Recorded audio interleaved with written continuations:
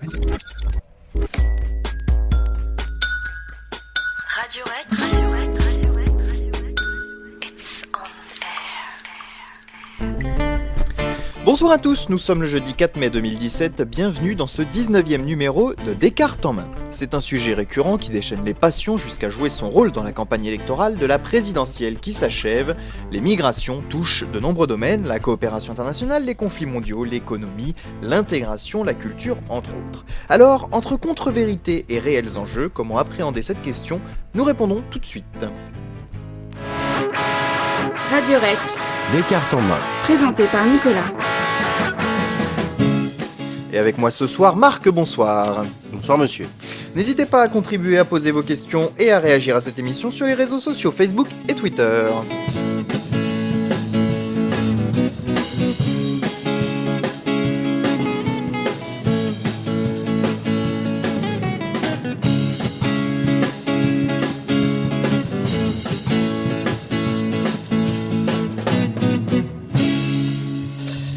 Nous allons tenter de réaliser une émission ce soir peut-être plus simple à suivre que le débat ayant opposé Marine Le Pen et Emmanuel Macron durant l'entre-deux-tours de la présidentielle et qui aura valu, sur un certain nombre de sujets d'ailleurs dont nous allons parler ce soir, de ne pas forcément comprendre tout à fait exactement quelles étaient les propositions par exemple de la candidate Marine Le Pen. Et justement pour commencer, peut-être rappeler comment le programme de Marine Le Pen peut être considéré comme inapplicable en certains points.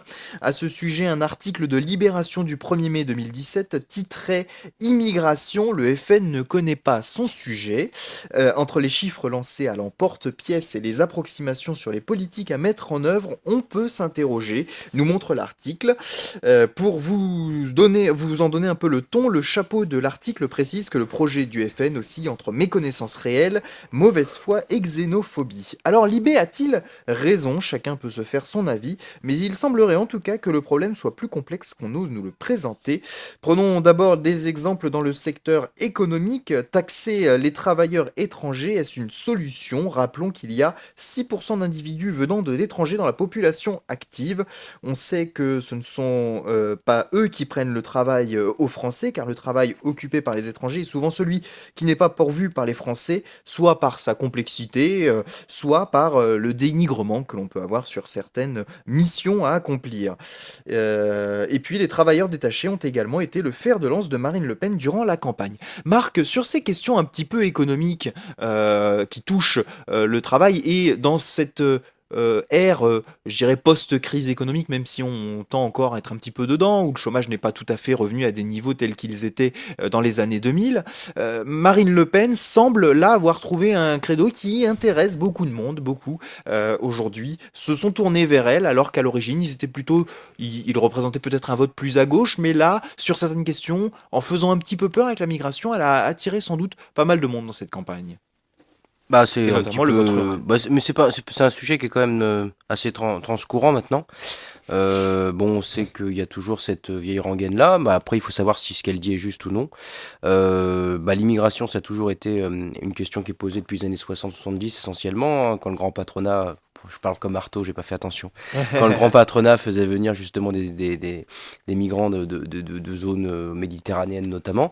Et aujourd'hui, on en voit un petit peu non pas les conséquences, mais en tout cas le traitement qui en est fait par le FN. Alors bref, bon, on va pas épiloguer là-dessus, juste pour dire que de toute façon, l'immigration, on le sait aujourd'hui, rapporte plus pour des raisons évidentes, des questions de hausse conjoncturelle de la population qui était ancienne, pour des questions de redistribution des richesses pour les cotisations qui le permettent pas chaque mois. D'ailleurs, j'ai entendu ce matin chez Bourdin qu'elle voulait faire en sorte que leur salaire, que la sécurité sociale des étrangers travaillant en France soit limité, le chômage soit limité à 1 an contrairement à nous, où c'est 2 ans puis après dégressif. Donc on voit qu'il y a une vraie question là-dessus, sur cette question des immigrés, mais quand on met ça à l'épreuve un petit peu du réel, on se rend compte qu'on a plus à en gagner qu'à en perdre économiquement. Socialement, c'est autre chose.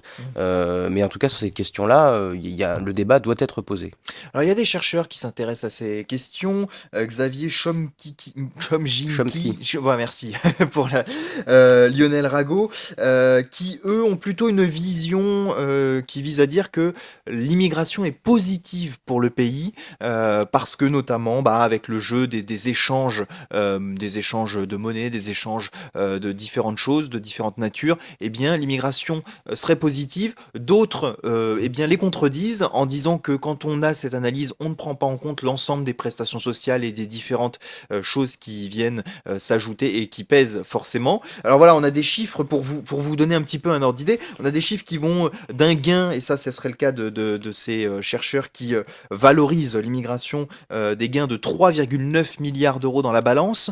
Parfois, ils sont allés jusqu'à 12 milliards. Et puis d'un autre côté, il y en a qui disent que ça coûte 80 milliards d'euros. Voilà, pour dire que vraiment, on est sur un sujet qui clive. Et en fonction des chiffres que l'on prend, des données que l'on prend, eh bien, on ne tombe jamais sur la même chose. C'est comme de dire que l'Union européenne nous rapporte ou nous coûte. Dans tous les cas, il y a des chiffres extrêmement différents, Marc. Oui, mais ça dépend, enfin, tout dépend de la fonction, de la manière dont sont faites les études. De toute façon, vous pouvez toujours trouver un chiffre qui diffère en fonction de ce que vous cherchez. Ça, c'est comme en histoire, hein. Si vous trouvez une source qui va dire le contraire, vous pouvez la trouver du moment que ça s'inscrit pas forcément dans le contexte. Donc, tout est une question de savoir quel est le statut de la preuve, hein. C'est comme ça qu'on dit généralement. Le statut de la preuve, c'est qu'aujourd'hui, on sait très bien que si on fait venir des immigrés, c'est pas par plaisir, entre guillemets, hein. Il n'y a pas un geste humaniste comme ça, c'est parce qu'on sait très bien que derrière, on en a besoin. J'ai jamais vu d'État humaniste ouvert à l'extérieur pour des raisons simples d'entropie politique notamment. Donc, bref, tout ça pour dire qu'il y a toujours des raisons à faire venir des gens, comme il y a des raisons à intervenir quelque part, comme il y a des raisons à investir sur un lieu et pas d'autres. La question est de savoir si l'immigration est positive ou non, et je déteste moi déjà cette immigration, ce terme, cette expression d'immigration positive, ça commence à m'énerver, ça a tendance à m'énerver plutôt. Positif, négatif, ça dépend de quoi. Si vous dites à des gens qui souffrent socialement d'avoir des enfants issus de l'immigration ou alors des étrangers qui ne respecteraient pas les lois de la République et que ça les énerve, il faut les prendre en compte. Hein. Alors par contre après il faut pas non plus rentrer dans une forme d'automatisme, ça a bien rendu. On sait très bien aujourd'hui que d'un point de vue étatique, et c'est ça la grande différence, c'est que vous avez la réception du corps social et vous avez la réception économique d'un État. Et on sait aujourd'hui qu'il y a une grande scission entre ces deux points-là. Vous en avez qui acceptent, c'est le cas de la Cité de Libé notamment, je pense qu'ils sont plus dans ce clivage-là, d'autres qui n'acceptent pas, allez voir chez Valeurs Actuelles, d'autres qui au niveau de l'État considèrent que c'est plutôt bien, d'autres considèrent que ça ne rapporte pas assez, mais on voit très bien avec tu l'as cité sur le cas de l'Europe, on peut dire que Macron dira que ça coûte 6 milliards, enfin que ça peut rapporter 6 milliards, Le Pen dira que ça peut rapporter 9 milliards de ne pas être dans l'euro, donc bref, c'est un débat un petit peu, voilà, c'est une cascade d'hypothèses avec des chiffres et des données qui sont... Il semblerait que aujourd'hui, dans les analyses, on ait donné raison à Macron sur ce. Oui, j'ai entendu effectivement. Et ça corrobore un petit peu ce que nous avions dit il y a quelques semaines dans une émission où nous parlions de ce genre de sujet et où nous avions effectivement annoncé des chiffres qui correspondraient plus à ceux de Macron qu'à ceux de Marine Le Pen hier dans les recherches que nous avions menées. Mais enfin, comme tu l'as dit, les chiffres peuvent toujours être pris différemment. J'en veux pour preuve, on parle là d'un sujet, l'immigration, les migrations même de manière générale.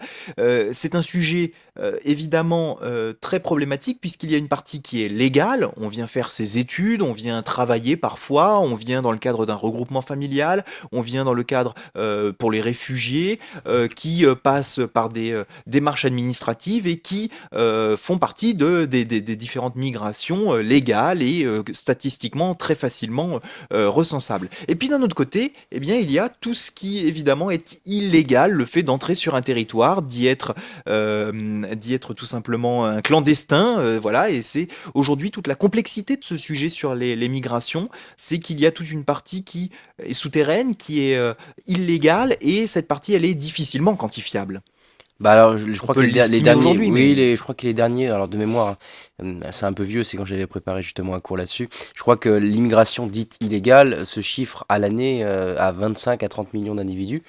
Mais encore une fois, comme c'est des chiffres, enfin c'est des chiffres qui sont faits sur des données un petit peu souterraines parce qu'on peut pas vraiment tout quantifier. C'est Donc en tout mondial cas, comme chiffre, voilà, hein, c'est voilà, signalons-le. oui, bien sûr, évidemment, et quand même. Mais en tout cas, on voit très bien que la majorité, c'est pas de l'illégal. Je crois qu'il y a eu à peu près plus de 200 millions de migrations de tout type pendant une année. Je crois que c'était en 2014 ou notamment.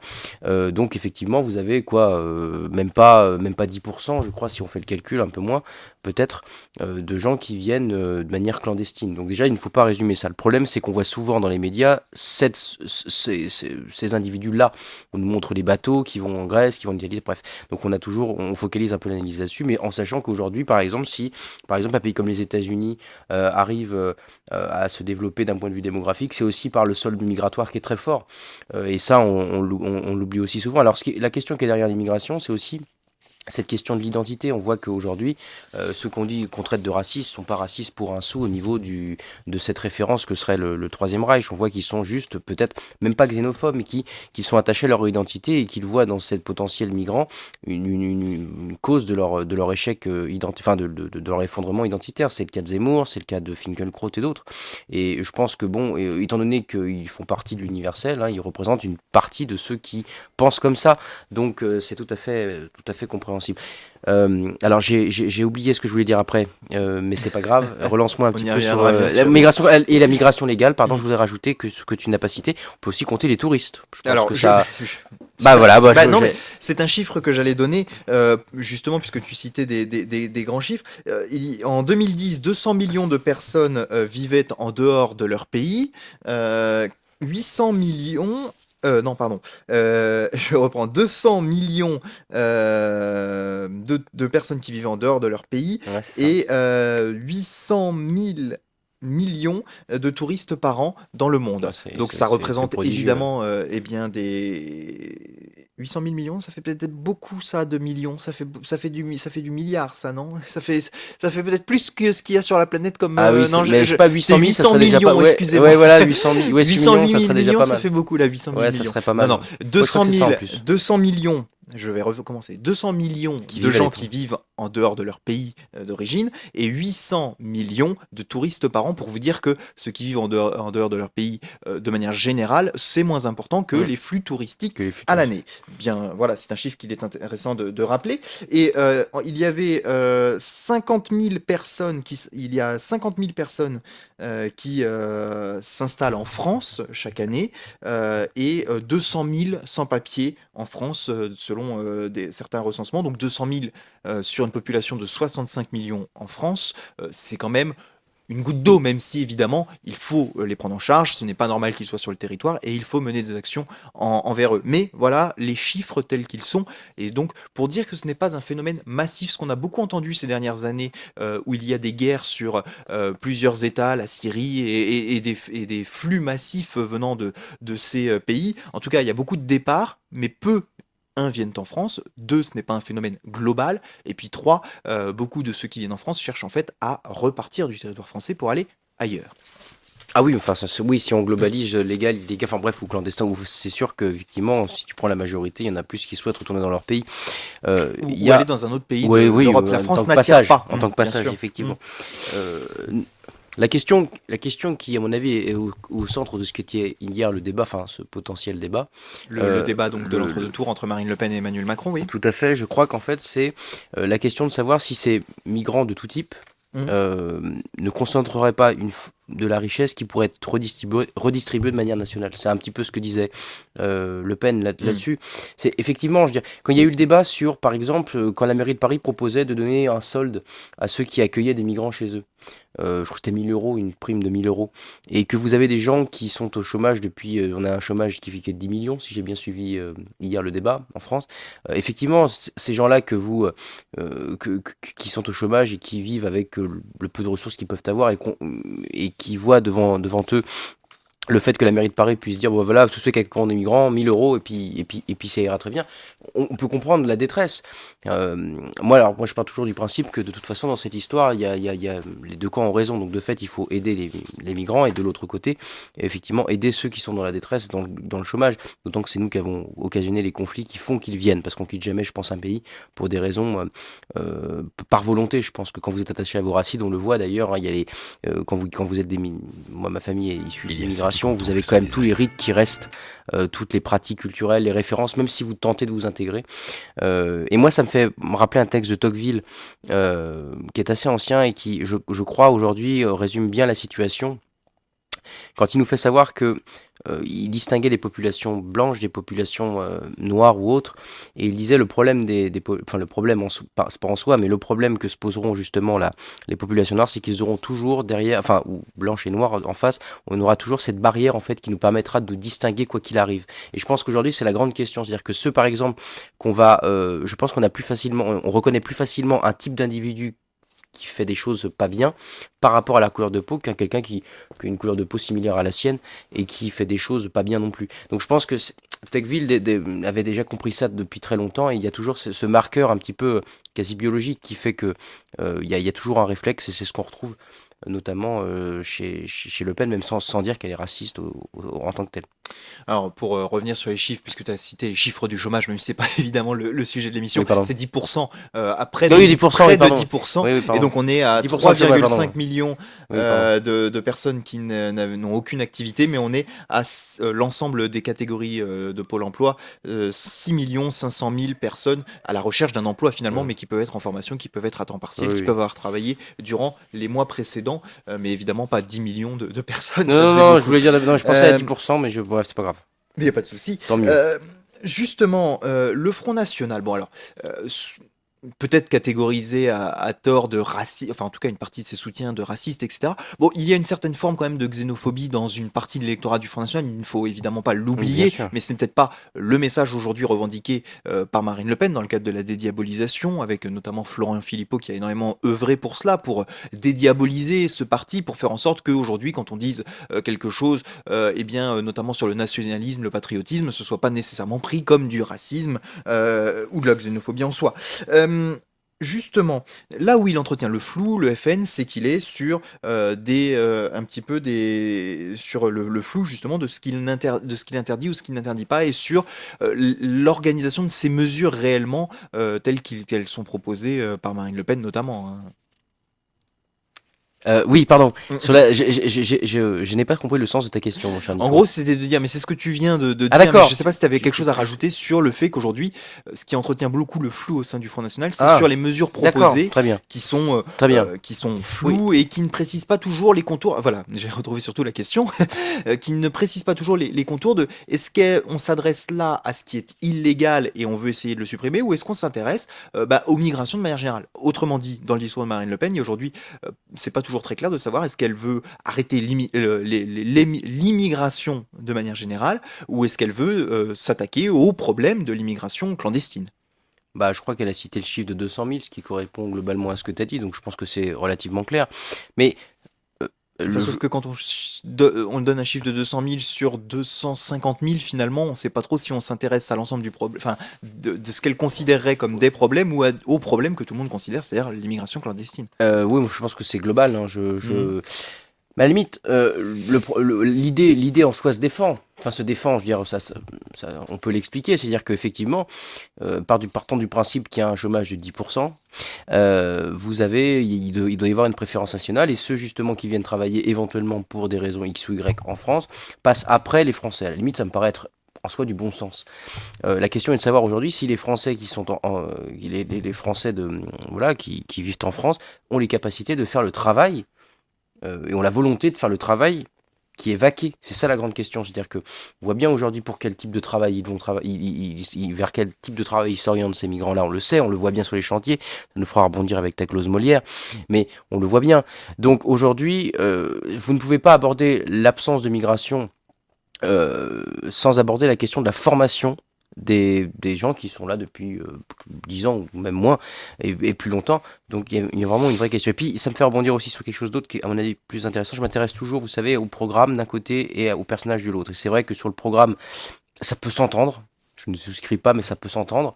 Par contre, quand on voit un petit peu la sociologie des membres du FN, on se pose quand même des questions sur le racisme non affiché, sur la dédiabolisation notamment. Alors après, moi je m'en fous, hein, je pense qu'on peut tout dire, mais après il ne faut pas s'étonner de se faire accuser de racisme, pour le coup, strict. Alors si on continue de décortiquer légèrement le programme de Marine Le Pen, puisqu'on est sur les migrations, mais aussi sur les flux finalement, elle parle de taxer les entreprises lorsqu'elles souhaitent partir à l'étranger. Alors moi je me suis fait une réflexion, premièrement, de faire ça, ça risque d'être le meilleur moyen de ne plus attirer d'entreprises sur son territoire, parce qu'après elles auront peur d'en repartir. Et puis, quelque part aussi, une utopie de considérer que on pourrait finalement faire une économie française vraiment interne, et puis alors même que l'économie c'est avant tout ce qui a été mondialisé et qu'aujourd'hui les entreprises sont en relation à l'international, et aujourd'hui d'ailleurs certains lui ont objecté voilà, de vouloir restreindre un petit peu au périmètre français les commandes, notamment par le biais des marchés publics réservés. Alors d'autres candidats ont proposé cette mesure visant à réserver une certaine partie de leur marché public. C'est Laurent Wauquiez des Républicains qui dit: mais moi ça, il n'y a pas besoin de faire une loi là-dessus, moi je le fais déjà dans ma région. Lorsqu'il y a les repas de restauration scolaire, j'impose dans le cadre de mon marché public à ce qu'il y ait des produits locaux ou ce genre de choses, ce qui fait que forcément, sans pour autant afficher une préférence nationale ou quoi que ce soit qui aujourd'hui clive dans la société, eh bien chacun a le moyen de mettre dans son carnet de commandes, dans son marché public, des choses qui font en sorte que on commande local, parce que on a demandé des produits locaux, ce genre de choses, et de fait, eh bien, une entreprise chinoise ou indienne ne pourrait pas répondre à ce marché. Bah, oui, c'est plutôt bien. Bah, enfin, ça dépend dans quel type, encore une fois, de produits. Je veux dire, les produits du terroir, on est quand même servi en France, hein. Pour ça, on a de quoi faire, même de manière locale. C'est un exemple, hein, bien Mais sûr. moi, je me suis fait la remarque aujourd'hui au travail, justement. Je me suis dit, si par exemple, aujourd'hui, on devait taxer, on s'était fait la remarque avec les collègues, tout ce qui n'était pas français, dans la salle des profs et ailleurs, et ben je crois qu'en fait, on aurait un bâtiment vide, littéralement. Au même titre, si on avait peut-être taxé ou empêché les entreprises d'engager des travailleurs étrangers, peut-être que le truc n'aurait pas vu le jour. Donc ça veut dire qu'aujourd'hui, je dis pas que l'idée n'est pas bonne. Peut-être que l'idée en soi, vrai, de consommer local et de faire fonctionner son pays, l'idée est louable, je trouve. Mais ça va être tellement compliqué de revenir en arrière, et ça me fait penser à ceux qui sont un peu réac, qui disent que les mœurs ont trop évolué et maintenant tout est débridé. Peut-être que des fois maintenant c'est trop. Mais comment voulez-vous revenir avant? C'est pas possible. C'est-à-dire que si nous devons suivre la marche du monde, et on voit très bien que même Tsipras, qui par exemple en Grèce voulait essayer de faire quelque chose, n'a pas réussi, il s'est planqué, il a rien fait de particulier, que Trump a voulu faire, mais aussi il y a eu des barrages. Donc je pense que la tentation est grande de tomber là-dedans. Par contre, la réalisation, à mon avis, s'avérera être assez difficile à faire. Il n'y a qu'à regarder, même dans ce studio, tout ce qui vient, qui n'est pas fait en France. Et d'ailleurs, il faudrait savoir à partir de quand on peut considérer qu'un produit est français. Parce que, alors, je n'ai plus les chiffres en tête, mais je ne sais plus à partir de combien de pourcentage de fabrication française on peut considérer que le produit est français. Ça pose aussi des questions, et je crois que c'était un chiffre assez risible, ce qui fait que le produit français, il est français qu'à même pas la moitié du processus. Donc, moi, je veux bien. Et puis, ça pose aussi d'autres questions. Aujourd'hui, nous sommes inscrits dans l'OMC. Étant inscrits dans l'OMC, nous devons respecter la libre concurrence. Alors, peut-être que si on se barre de l'Europe, on se barra peut-être de l'OMC. Mais on doit respecter la libre concurrence. À partir du moment où un État pourrait, parce qu'elle a parlé d'État stratège, hein, c'est quand même historiquement très intéressant. Là, ça nous réfère à De Gaulle et ça nous réfère à ce qui est arrivé avant 1983. Eh bien, on se rend compte qu'il y a quand même la volonté d'injecter la monnaie. L'État stratège, hein, c'est le premier banquier de France à l'époque, c'est l'investisseur premier de la France. Bref, il y a le premier créditeur de la France, c'est lui qui ordonne tout ça. Et à partir du moment où vous parlez d'État stratège, vous contredisez, si vous voulez, la logique de la concurrence. C'est-à-dire que vous êtes dans la compétitivité, dans le produire français, et ça s'opposera, et tout le monde s'opposera à ça au niveau de l'OMC notamment. Alors, les frontières, et oui, grand sujet, là encore. On dit que l'Europe, Frontex, et les différentes agences chargées de contrôler les frontières ne sont pas suffisamment robustes, ne sont pas suffisamment attentives, et on cite souvent, lorsque c'est comme ça, eh bien, les flux migratoires, notamment de terroristes qui viennent dans les différents États. Alors aujourd'hui, tout le monde sait très bien qu'on peut devenir terroriste sans pour autant aller faire le djihad en Syrie et ce genre de choses. On peut se revendiquer de Daesh autrement. Mais voilà, le fait est que la France a rétabli ses frontières suite aux différents attentats afin d'avoir un peu plus de contrôle. Alors bon, pas toujours évident dans l'immédiat puisque les postes de douaniers avaient été limités et puis que les douaniers avant tout ne sont pas là forcément pour faire de la sécurité mais avant tout pour des questions économiques. Ils dépendent du ministère des Finances. Mais voilà, il y a cette question des frontières. Certains dénoncent la perméabilité des frontières, d'autres eh bien, seraient peut-être plus à se dire, bon bah déjà, elles font un boulot considérable et c'est une véritable forteresse. Bon, elles ont été mises, pardon, Marc, à rude épreuve ces frontières avec les flux liés aux différents conflits qu'il peut y avoir dans le monde et qui font qu'il y a beaucoup de départs de certains pays et donc forcément des entrées massives. On peut se rendre compte aussi qu'elles ne sont pas évidentes à passer, notamment lorsque bah, des bateaux sombrent en mer, parce que bah, voilà, il n'est pas simple de traverser il n'est peut-être pas aussi simple, pardon, de traverser cette frontière européenne. Bah, déjà, qu'est-ce qui permet à des gens de pouvoir partir? Déjà, c'est les groupes de passeurs. Mm. Ces passeurs, on le sait, font payer des prix assez, par rapport au pouvoir d'achat local, exorbitants aux populations locales, ce qui fait qu'effectivement, déjà, il y a un problème ici. C'est pour ça d'ailleurs que beaucoup d'agences de Frontex et autres se délocalisent dans les pays émetteurs et non pas forcément dans les pays récepteurs. Ça, c'est la première chose. La deuxième chose, c'est qu'effectivement, il suffit de lire Michel Fouché et de relire Michel Fouché pour savoir que la frontière, c'est quelque chose de très vaste.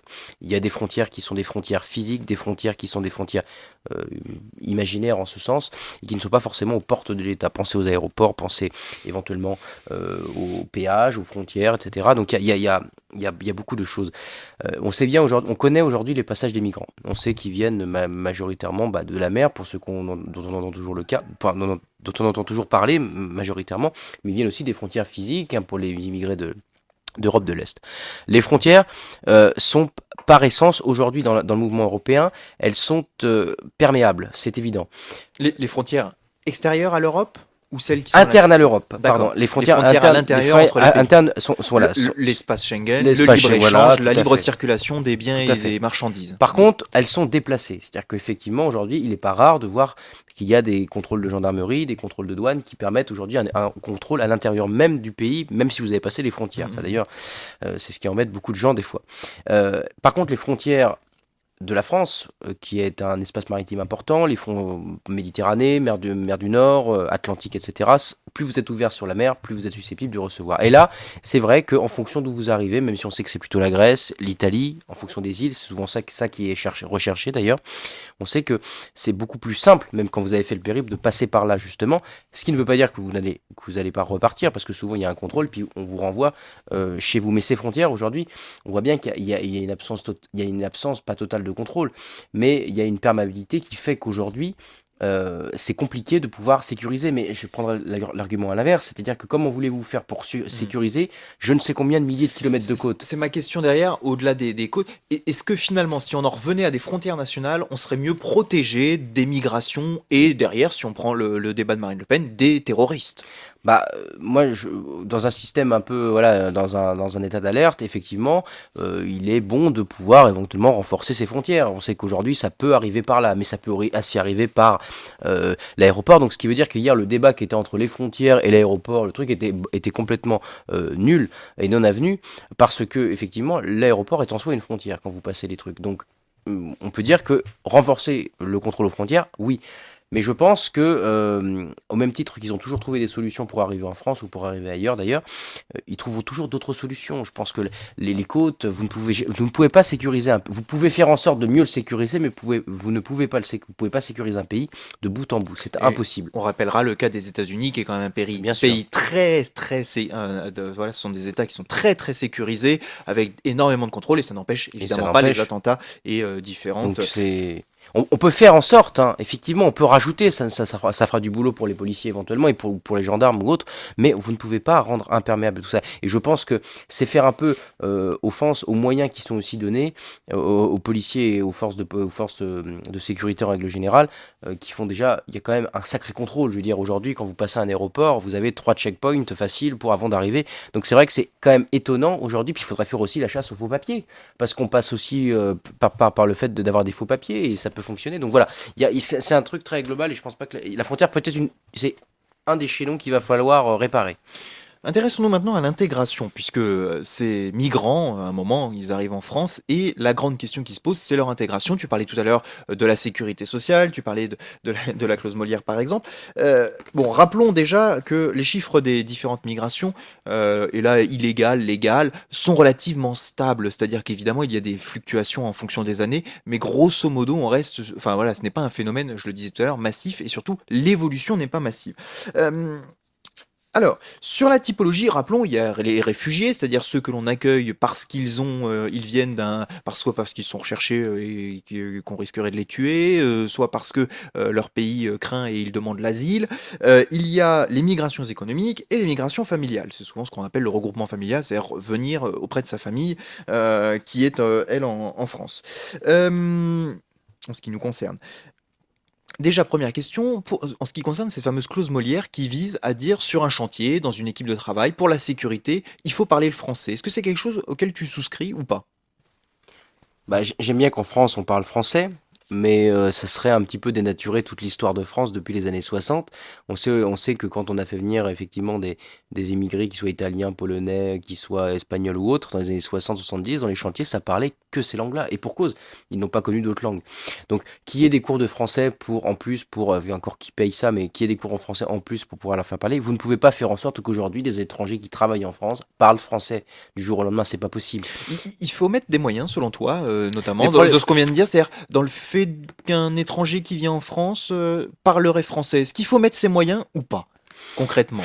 Je Est-ce qu'il sais faut pas, dépenser je cet pense que argent? ça peut peut-être être quelque chose de bénévole aussi. Je pense qu'il y a peut-être pas assez de bénévolat sur cette question-là. Je sais que c'est compliqué, mais je suis pas sûr que l'État ait les moyens de pouvoir mettre en scène ça non plus. Je veux dire, l'intégration, elle se fait aussi parce que vous cherchez à apprendre. Je pense que les livres sont une solution, le dialogue, l'échange, etc. Vous pouvez vous débrouiller. Je veux dire, mais ça prend du temps. De toute façon, quoi qu'il arrive, vous n'oublierez jamais vous n'oublierez jamais votre langue, et vous n'oublierez jamais vos réflexes de votre langue. Mais est-ce que l'État devrait investir? J'ai du mal à le penser, étant donné qu'on nous sort à chaque fois que les caisses de l'État sont vides. Mais pourquoi pas une logique de bénévolat, ou ne pas mettre que des gens, que des étrangers sur un chantier, ce qui est rarement le cas, tu me diras, mais, Mhm. mais voilà, qu'il y a un échange, etc. Et généralement, ça vient comme ça. Je veux dire, les gens arrivent à se comprendre, et peu à peu, on peut arriver. S'ils décident de rester longtemps sur le territoire, effectivement, si c'est pour un an, ça sert à rien. Mais s'ils restent longtemps, pourquoi pas, oui. Un reportage de France Info qui montrait récemment à la télévision, France Info à la télé, qui montrait récemment, voilà, un journaliste qui interroge des gens dans la rue, il leur demande s'ils seraient prêts à accueillir des migrants chez eux. Ils répondent tous, enfin, en tout cas ceux qui sont montrés dans ce reportage répondent oui, etc. Et puis je sais pas si c'était sur France Info ou autre chose d'ailleurs, je dis peut-être une bêtise, c'est pas sur France Info, c'était sur un autre, c'était sur un site internet, mais c'est pas grave, le problème est le même. Et donc du coup, le journaliste ou l'animateur fait venir un migrant et lui dit bah voilà, je vous présente un tel qui maintenant va pouvoir, enfin vous allez pouvoir l'accueillir. Et là, les gens disent ah bah non, ce soir je peux pas, j'ai poney, je peux pas, j'ai du monde à la maison, il y a rien qui est prêt. Enfin bref, les gens du coup disent non tout d'un coup Bah à oui, mais cette personne. je veux dire, c'est logique. Je veux dire, quand on vous pose la question devant les caméras, ou même tout seul, vous n'allez pas dire bah non, moi je veux pas, etc. Il y a une forme de bonne conscience à avoir, Mm. mais on peut comprendre que ça emmerde. Je veux dire, vous faites qu'entrer quelqu'un que vous ne connaissez pas, qui parle pas forcément votre langue, et puis d'un point de vue logistique, ça peut vous paraître aussi compliqué. Enfin, je veux dire, cette réaction, elle est logique, si vous voulez. C'est comme quand des fois vous dites oui pour le principe, et puis que derrière vous dites bah merde, ça me fait chier finalement. Donc, voilà, enfin, cette réaction, elle est tout à fait logique. Enfin, mais par contre, c'est vrai que quand on réfléchit un petit peu, si nous arrivait la même chose, on serait quand même ravis pour une cause de guerre. Peut-être que la guerre civile arrivera, comme l'a dit Oberton, j'en sais rien. Si on devait quitter, je rigole, mais si on devait quitter notre pays pour aller ailleurs, on serait aussi ravis que des gens nous accueillent. et qu'il y ait un État qui fasse en sorte de nous accueillir aussi. Mais je comprendrais par retour l'agacement des populations locales. Enfin, vous voyez, c'est instinctif, c'est un petit peu comme les animaux, hein. Quand vous empiétez sur votre territoire, vous n'êtes pas content et ça se combat, etc. Sauf que nous, on a cette espèce de bonne conscience qui nous permet de ne pas mettre chaque coup à chaque fois que vous n'êtes pas content, pas d'accord, etc. Vous discutez, quoi. Eh bien, ouais. Est-ce que tu as d'autres suggestions à faire sur la question de l'intégration des migrants en France aujourd'hui, des politiques qui pourraient être menées? Oui. Emmanuel Macron, bon, proposait hier, lui, ce que tu as plus ou moins mis de côté tout à l'heure en disant que est-ce que c'est vraiment le rôle de l'État ou est-ce que ça doit être bénévole sur ces questions d'apprendre aux migrants, enfin à ceux qui viennent s'installer en France, à parler le français. Voilà, est-ce qu'il y a des choses à faire en France aujourd'hui sur l'accueil des différentes populations migrantes? Bah déjà, je pense que, enfin, ça serait un exemple très local pour le coup, très personnel, mais je sais que pour ce qui est de ma famille italienne, je sais qu'ils ont appris à parler, bon ça c'est avec le poids de l'histoire, hein, ça fait maintenant près de 50 ans, mais je sais qu'ils sont entrés en France déjà parce qu'ils avaient l'éducation du respect de l'autre, etc. Alors ça, bon, je sais pas comment on peut l'avoir, ça c'est déjà une question d'éducation. Donc ça, je pense que l'État ne peut pas faire grand-chose, hein. C'est comme aujourd'hui, vous avez des populations qui ne respectent pas forcément l'ordre. Et bien ça, malheureusement, c'est l'éducation. Donc il y a déjà un problème d'éducation sur cette question. Mais là, on peut rien faire. Par contre, pour ce qui est de l'exemple personnel, je sais qu'il y a eu un respect de la France en lisant l'histoire de France, en apprenant l'histoire du pays, etc. Ce qui ne veut pas dire d'adhérer à cette histoire et de dire que c'est super et que tout est génial. Non, mais déjà de connaître le lieu dans lequel vous vous inscrivez, c'est quand même génial. Moi, je prends un exemple quand j'étais au Cameroun notamment, c'est vrai que le dépaysement est total. Et quand vous vous renseignez sur ce qu'est l'histoire, ce qui fait la particularité d'un pays, ses groupes, etc., bah, vous entrez plus facilement et vous avez une forme de grand respect à faire. Et puis enfin, sur la question de l'intégration, je pense que l'État ne doit pas agir, si vous voulez, en tant que fer de lance de la pensée, de respect, etc. Je pense que ça doit venir des populations. Si des populations disent, bah non, on veut pas, finalement, on veut pas, etc., pas besoin de dire derrière, laisser des groupes dire ils sont racistes, ils sont ceci, ils sont cela. Je pense qu'il y a un dialogue à avoir, justement, sur quelque chose de raisonné. Moi, je pense qu'il faudrait tout simplement avoir des espèces de, comme on avait vu avec la bioéthique, des comités d'éthique, enfin en tout cas des conférences, des grandes choses, des grands débats de société dans lesquels l'État prendrait place, des experts prendraient place, des philosophes prendraient place et nous expliqueraient un petit peu avec eux comment un petit peu réfléchir sur ces questions-là, l'idée d'intégration, comment ça peut fonctionner, etc., comment ça a déjà fonctionné, faire témoigner des gens, etc. Je pense qu'on oublie trop le débat, on aime bien nous le vendre aujourd'hui quand il y a deux personnes face à face ou deux parties face à face, mais on ne nous le vend pas comme un moyen d'arriver à un consensus. Avant, le débat, c'était quand même la recherche du consensus. Maintenant, c'est vraiment défendre son précaré, quoi. Et je pense que l'État pourrait mettre franchement ça en place. Ça ferait pas de mal que de s'arrêter à la petite lumière de la télévision. En tout cas, il y a un domaine dans lequel les migrations aujourd'hui se passent plutôt bien, mais elles sont souvent temporaires. C'est dans le domaine des études, justement, puisqu'on est dans une université, avec tous les systèmes qui existent de correspondance pour eh bien, aller voir dans un autre pays comment ça se passe, et puis faire souvent un semestre à l'étranger, qui sont des expériences tout à fait intéressantes, et qui sont aussi des expériences d'intégration intéressantes à valoriser. Alors oui, mais c'est vrai que bon là vous êtes dans le cas d'un échange, donc c'est beaucoup plus facile. Vous êtes quand même tenu par un lien qui est particulier. Je pense que c'est quand même très différent. Vous êtes tenu par le lien universitaire. Là, vous êtes vraiment livré à vous-même pour le coup, hein, quand vous partez pour des raisons X ou Y. Mais c'est vrai que l'échange universitaire est très simple parce qu'on est dans un système qui déjà est cosmopolite par les connaissances, par les populations. La fac est un haut lieu aujourd'hui de cosmopolitisme pour des raisons qui se comprennent assez facilement. Par contre, dans des sociétés où il faut vous faire accepter, sans forcément vous faire accepter par la peur de ce que vous risquez dans le cas où vous n'acceptez pas la personne qui est en face de vous, il y a de ça aussi. Je pense que enfin, l'intégration, c'est très difficile de parler quand vous n'avez pas subi ça directement, enfin la difficulté de le faire, mais je pense que l'État peut mettre en place, certes, des choses pour intégrer, mais l'intégration, on ne peut pas l'imposer. Je pense pas que c'est une action qu'on peut imposer. Elle se fait ou elle ne se fait pas. Et ça, c'est justement à la place des gens qui, au lieu de s'opposer entre racistes par racistes, arrivera à dialoguer, à parler, etc. Ce qui empêche aujourd'hui vraiment, à mon avis, le débat d'avancer, c'est tout de suite cette étiquette, comme disait Sartre, l'enfer c'est les autres. Tout de suite, par un propos que vous allez avoir, vous allez être enfermé dans une catégorisation. Et du coup, le dialogue n'est pas possible. Et c'est très rare de pouvoir dialoguer librement. Vous comprenez tout de suite. Et je pense que c'est ce qui manque véritablement. Je veux dire, enfin, je termine là-dessus. Quelqu'un qui dit que ça le dérange de voir arriver des migrants parce qu'il préférait que ça soit plutôt pour lui, etc. Il ne faut pas dire qu'elle est afro-raciste. Il veut dire, oui, c'est normal, je comprends ce que tu dis. Après, on peut en débattre, on peut en parler. Est-ce que je pense que l'échange et la culture sont la meilleure façon de s'intégrer. Eh bien merci Marc pour ces quelques éléments d'échange de contexte sur l'émigration, un petit bilan puisque vous le savez, Marine Le Pen et Emmanuel Macron qui se combattent dans le cadre de cette campagne, eh bien c'est un sujet qu'il était intéressant de mettre sur la table avec des éléments de réponse dont Marc nous a fait part ce soir et dont nous avons essayé de vous présenter. Eh bien merci à vous de nous avoir suivis, merci Marc pour cette intervention. Vous souhaitez participer à l'émission, apporter votre contribution ou tout simplement réagir, n'oubliez pas les réseaux sociaux, Facebook et Twitter. À très vite. Suivez-nous sur radio-rec.fr, partagez l'émission sur Facebook et Twitter, retrouvez-nous sur YouTube